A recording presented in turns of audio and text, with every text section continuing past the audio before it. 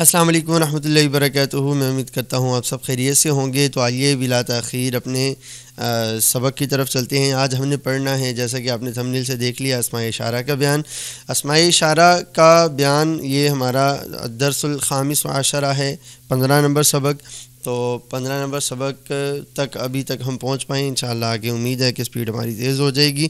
جو اسم مبصر یعنی نظر آنے والی چیز کی طرف اشارے کے لیے وضع کیا گیا ہو، بنایا گیا ہو، جس کو اس کو کہتے ہیں اس میں اشارہ. مطلب آسان الفاظ میں ایکسپلین کروں تو جس اسم کے ساتھ، جس لفظ کے ساتھ اشارہ کیا جائے، یہ وہ، ٹھیک ہے. تو اس طرح کے الفاظ جو ہوتے ہیں انہیں اس میں اشارہ کہتے ہیں. عربی میں دیکھیں تو ہذا، یہ، ذالکا، وہ وغیرہ، ٹھیک ہے.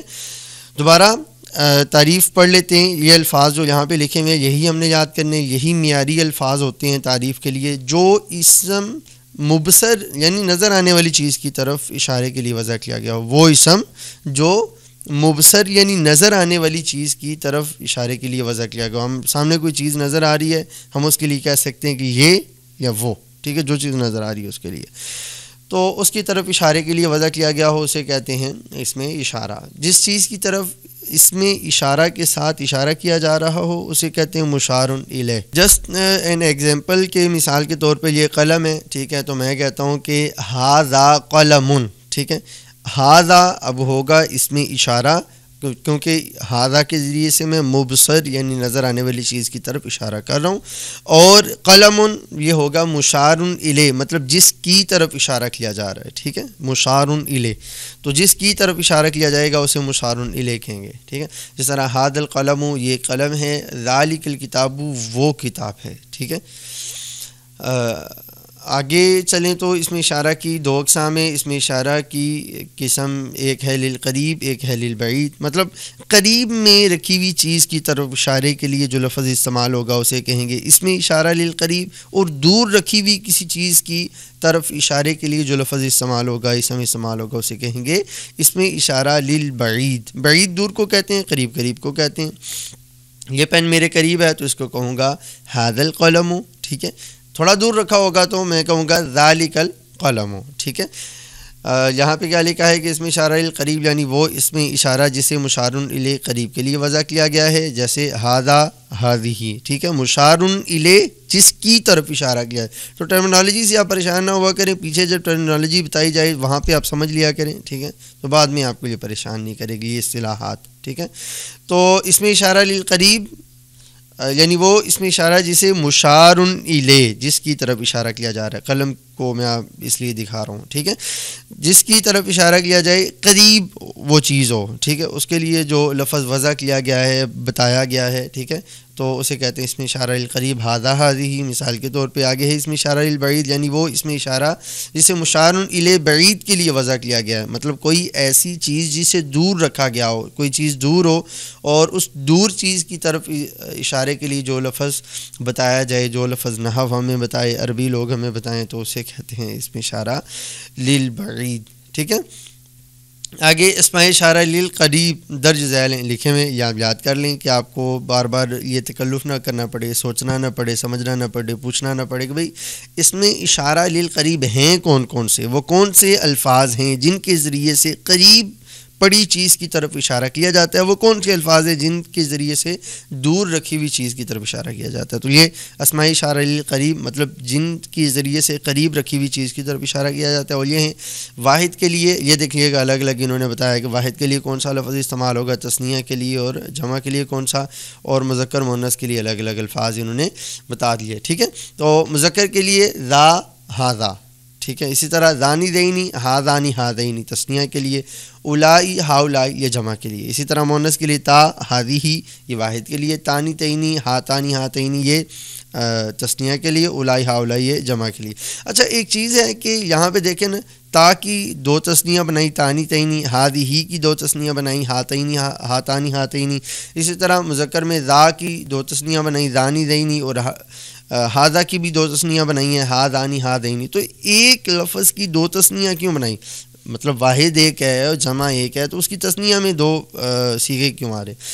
تو اعراب کے سبق میں انشاءاللہ پڑھیں گے کہ تثنیہ کا اعراب دو طرح سے آتا ہے، ٹھیک ہے، ذانی اور ذینی، مطلب ایک حالت اس کی رفیع ہوتی ہے اور ایک نسبی جری حالت ہوتی ہے. تو یہ انشاءاللہ اگر آپ کو مشکل لگ رہا ہے تو پریشان ہونے کی ضرورت نہیں، بس یہاں پہ رٹا مار لیں، اتنا کافی ہے.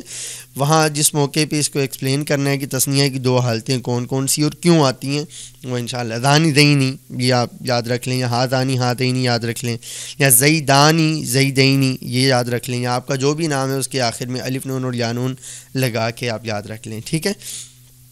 تو انشاءاللہ آگے اسماء اشارہ للبعید وہ بھی پڑھ لیتے ہیں، درج ذیل ہیں بھائی. ان کے ذریعے مشار الیہ بعید کی طرف اشارہ کیا جاتا ہے، مطلب بعید میں دور کوئی چیز موجود ہے ایسی تو اس کی طرف اشارے کے لیے یہ لفظ استعمال کیا جاتا ہے. تو یہ دیکھیں واحد کے لیے ذاکا، ذالکا مذکر کے لیے، ٹھیک ہے، یہ بھی اسی طرح واحد تثنیہ جمع مذکر مؤنث کے لیے الگ الگ ہیں.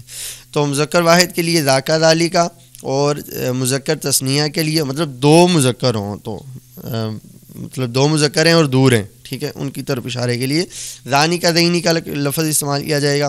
اور بہت سارے مذکر ہیں لیکن دور ہیں تو اولائی کا لفظ ان کے لیے استعمال کیا جائے گا.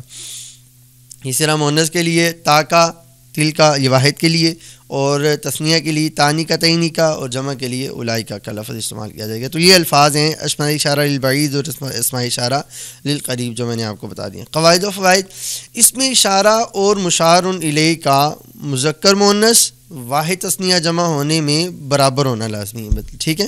اب میں نے کہا ھذا القلم، ٹھیک ہے، اب یہ ھذا اسم اشارہ اور القلم یہ مشار الیہ مطلب جس کی طرف اشارہ کیا جا رہا ہے، ٹھیک ہے.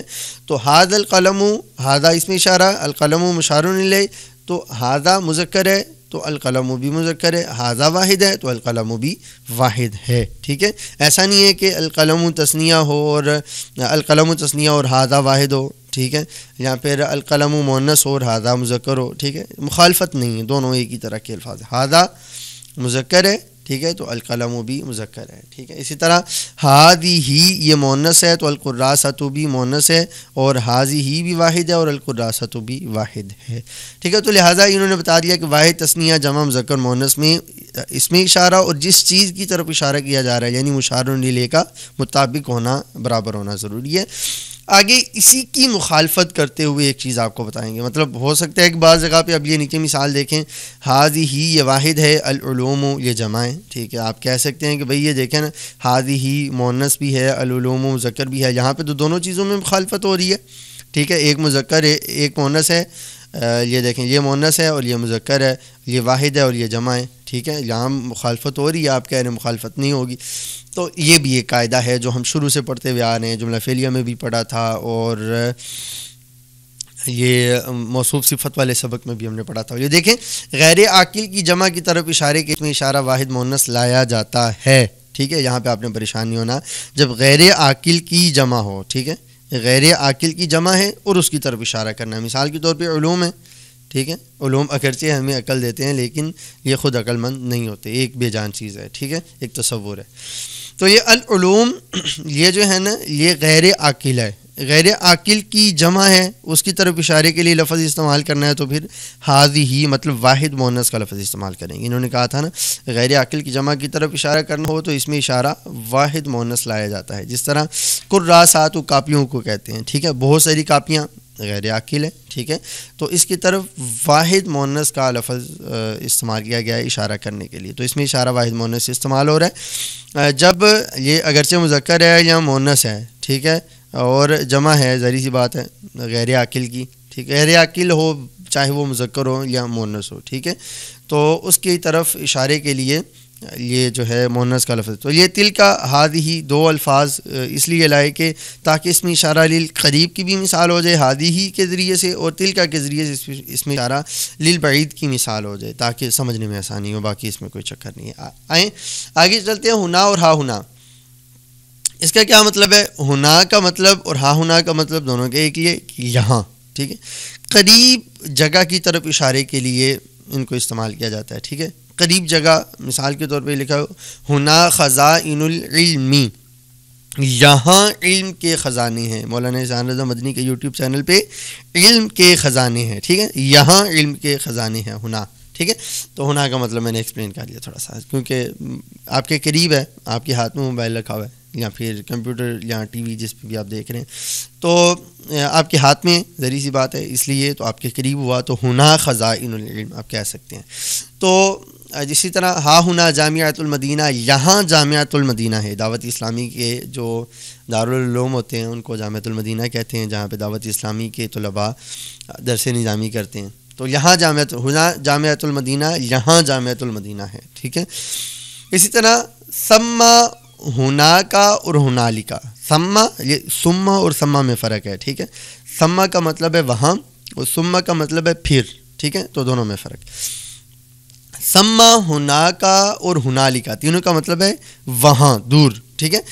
بعید جگہ کی طرف اشارے کے لیے آتے ہیں, کوئی دور مقام ہے, دور جگہ ہے, اس کی طرف اشارہ کرنا ہے تو اس کے لیے سما ہونا کا اور ہنالکا کا لفظ استعمال کیا جاتا ہے.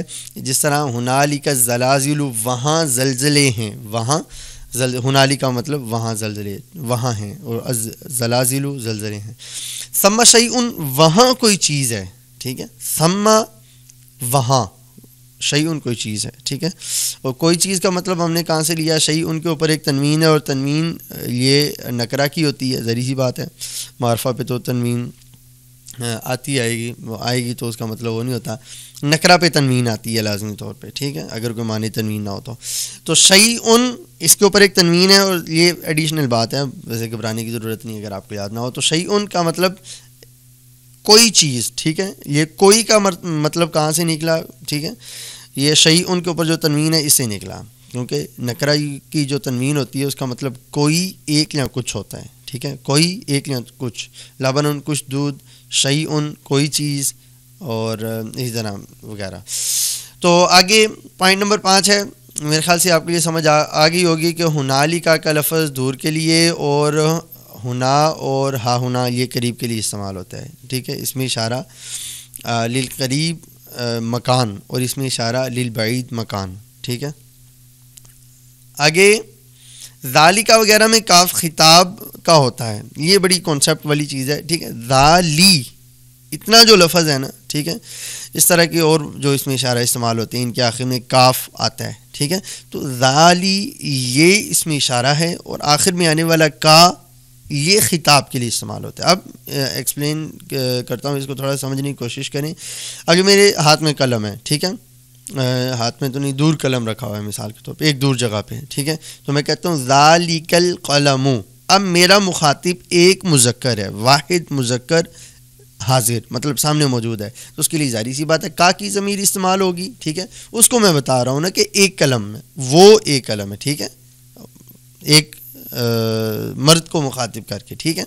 تو پین رکھا ہوا ہے دور مقام پہ, تو اس کو میں کہہ رہا ہوں کہ ذالک القلم, اے ایک مرد یہ قلم ہے, ٹھیک ہے. تو وہ دو مرد ہوں سامنے کھڑے ہوئے, ان کو مخاطب کر کے بتانا ہو تو ذالکم القلم, ٹھیک ہے. اسی طرح وہ زیادہ بندے ہوں, یہ آگے وہی بات لکھی ہوئی ہے. ذالکا وغیرہ میں کاف یہ جو آخر میں نظر آ رہا ہے نا آپ کو, یہ حرف خطاب ہے, ٹھیک ہے, مخاطب کرنے کے لیے ایک لفظ یہ استعمال ہو رہا ہے, ٹھیک ہے. لہٰذا یہ مخاطب کے مطابق ہوگا. مخاطب مذکر ہے, مخاطب مؤنث ہے, مخاطب واحد ہے, مخاطب تثنیہ ہے, مخاطب جمع ہے, تو اس کے مطابق کا کما کم کی کما کننا اس طرح ہوگا, ٹھیک ہے. مثال کے طور پہ دور رکھی ہوئی کتاب کی طرف اشارہ کرنا ہے اور مخاطب مذکر ہے تو کہا جائے گا ذالک الکتاب, مذکر واحد, ٹھیک ہے, کاف اس کے لیے استعمال ہو رہا ہے, ٹھیک ہے. اور مخاطب مؤنث ہو تو کہا جائے گا ذالک الکتاب, کاف کے نیچے زیر آ رہی ہے, ٹھیک ہے. اسی طرح مخاطب تثنیہ ہو تو کہا جائے گا ذالکم الکتاب, ٹھیک ہے, ذالکم الکتاب ہو, ٹھیک ہے, کاف میم الف وہ تثنیہ کی ضمیر ہوتی ہے. تو مخاطب تثنیہ جو دو مرد ہیں, دو عورتیں ہیں, مرد اور دونوں کے لیے ایک ہی طرح کی ضمیر استعمال ہوتی ہے, کا کما کم کی کما, ٹھیک ہے, دونوں کے لیے کما ہی استعمال ہوتی ہے. اور جمع مذکر ہو تو ذالکم الکتاب ہو, ٹھیک ہے.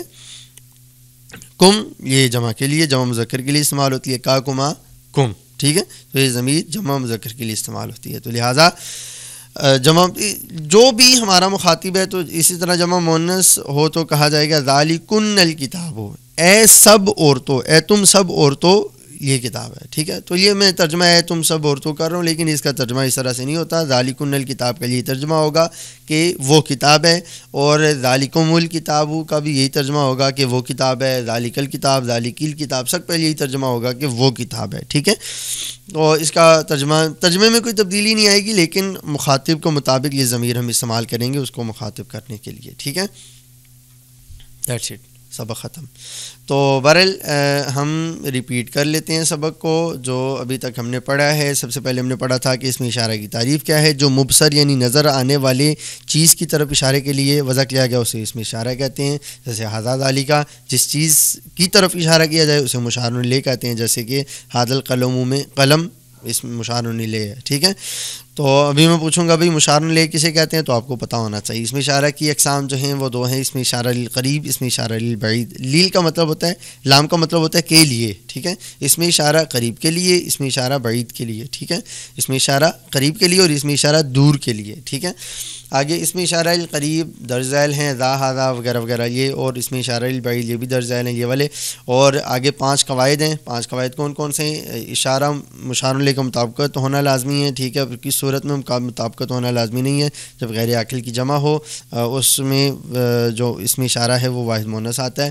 اور اسی طرح قریب جگہ کی طرف اشارے کے لیے ہونا, ہا ہونا, اور جو بعید جگہ ہے دور جگہ ہے اس کی طرف اشارے کے لیے سما, ہونا کا اور ہنالکا.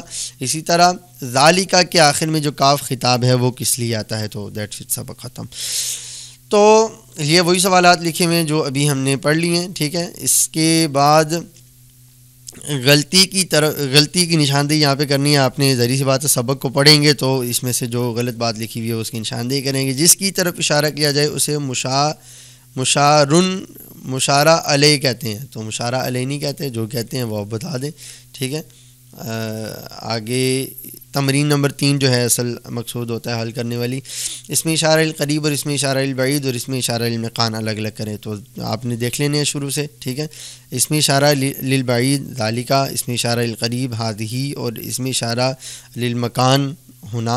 چاہے وہ مکان قریب ہو چاہے مکان دور ہو, دور کی جگہ ہو یا قریب کی جگہ ہو تو مکان ہی کہلائیں گے. اس میں اشارہ للمکان, مکان کے لیے, جگہ کے لیے. ٹھیک ہے, چاہے قریب جگہ ہو یا دور جگہ ہو. وہ آپ نے پڑھا تھا ہونا کا اور ہنالکا اور سما اور ہا ہونا اور ہونا کا. ٹھیک ہے, یہ والے جو الفاظ پڑھے تھے اس کے لیے یہ کہا جا رہا ہے کہ یہ اس میں اشارہ للمکان ہے. ٹھیک ہے, تو یہ آپ نے الگ الگ کرنے.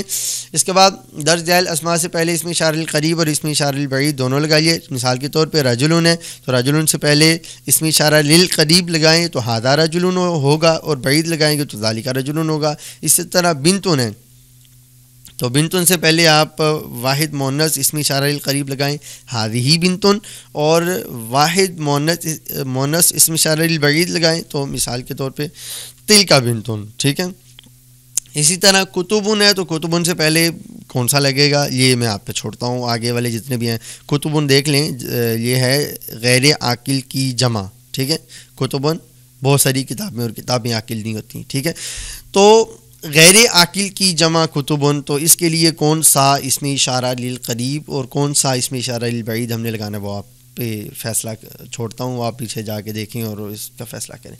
تو بہرحال درج ذیل جملوں میں غلطی کی نشاندہی فرمائیے. ھذا نارن, تو بھائی ھذا نہیں ہے, یہ تلکا نارن ہے, بلکہ ھذہ نارن ہے, ہم نے اس میں اشارہ للقریب لگانا ہے. ھذہ نارن مؤنث ہے, نارن آگ کے جتنے بھی نام ہیں وہ مؤنث سے استعمال ہوتے ہیں. اسی طرح تا کا خلیفتن, خلیفتن اگرچہ اس پہ تا آ رہی ہے آخر میں لیکن پھر بھی یہ مذکر استعمال ہوگا کیونکہ خلیفہ مذکر ہوتا ہے, بادشاہ وقت. ٹھیک ہے, تو اگرچہ ہم نے پڑھا تھا کہ اگر کوئی نام ایسا ہے کہ جو مذکر کے لیے استعمال ہوتا ہے تو پھر اگرچہ اس میں کوئی مؤنث کی علامت آ جائے, علامت تانیث آ جائے, پھر بھی وہ مذکر استعمال ہوگا. لہٰذا یہاں پہ ذالک خلیفتن استعمال ہوگا کہ وہ خلیفہ ہیں. ٹھیک ہے, تو اسی طرح آگے آپ نے مکمل اس کو کرنا ہے. تو اس میں جو چیز آپ کو سمجھ میں نہ آئے آپ نے کمنٹ میں پوچھ لینی ہے, انشاءاللہ آپ کو ایکسپلین کروں گا. ملتے ہیں انشاءاللہ اگلے سبق میں, تب تک کے لیے بہت ساری دعاؤں میں یاد رکھیے گا. السلام علیکم ورحمۃ اللہ وبرکاتہ.